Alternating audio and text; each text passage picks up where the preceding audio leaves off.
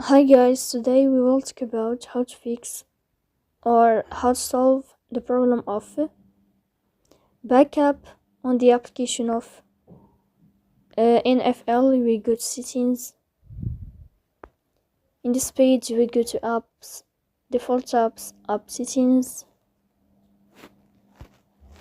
On above we will search about NFL. Here in this page of app info we click on first stop and you can click OK. Here you will enter to the window of storage. Then we click on clear cache.